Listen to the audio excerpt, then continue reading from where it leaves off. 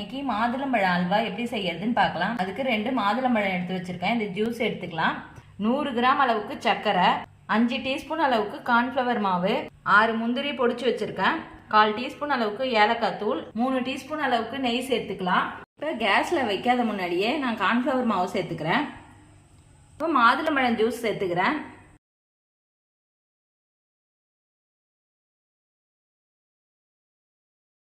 ஒன்னே 1/4 கப் அளவுக்கு மாதுளம்பழம் ஜூஸ். இப்போ இதுல 2 கப் அளவுக்கு தண்ணி சேர்த்துக்கிறேன்.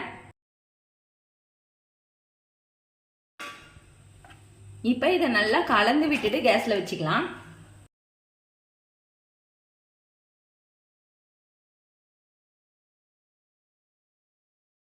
கேஸை சிம்ல வச்சுட்டு கிளறி விட்டுட்டே இருங்க.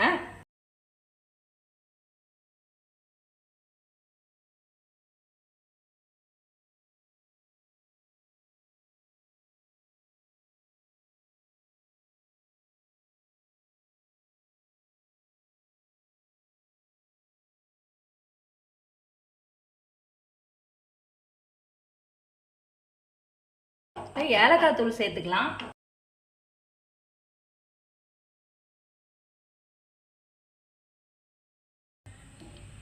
சிம்பிளா 10 நிமிஷத்துல செஞ்சு முடிச்சிடலாம் இந்த அல்வா. நீங்களும் செஞ்சு பாருங்க.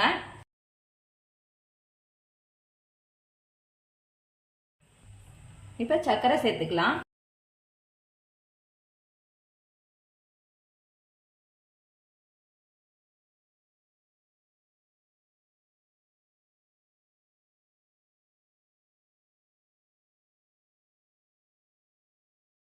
முந்திரி சேர்த்துக்கலாம்.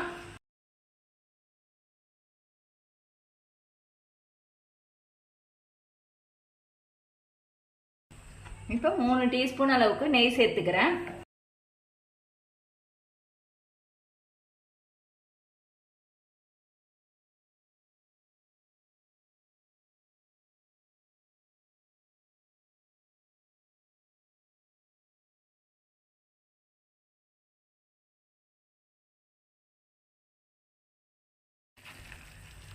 இப்போ இந்த அளவுக்கு திக்கான பதம் வரும்போது கேஸ் ஆஃப் பண்ணிக்கலாம்.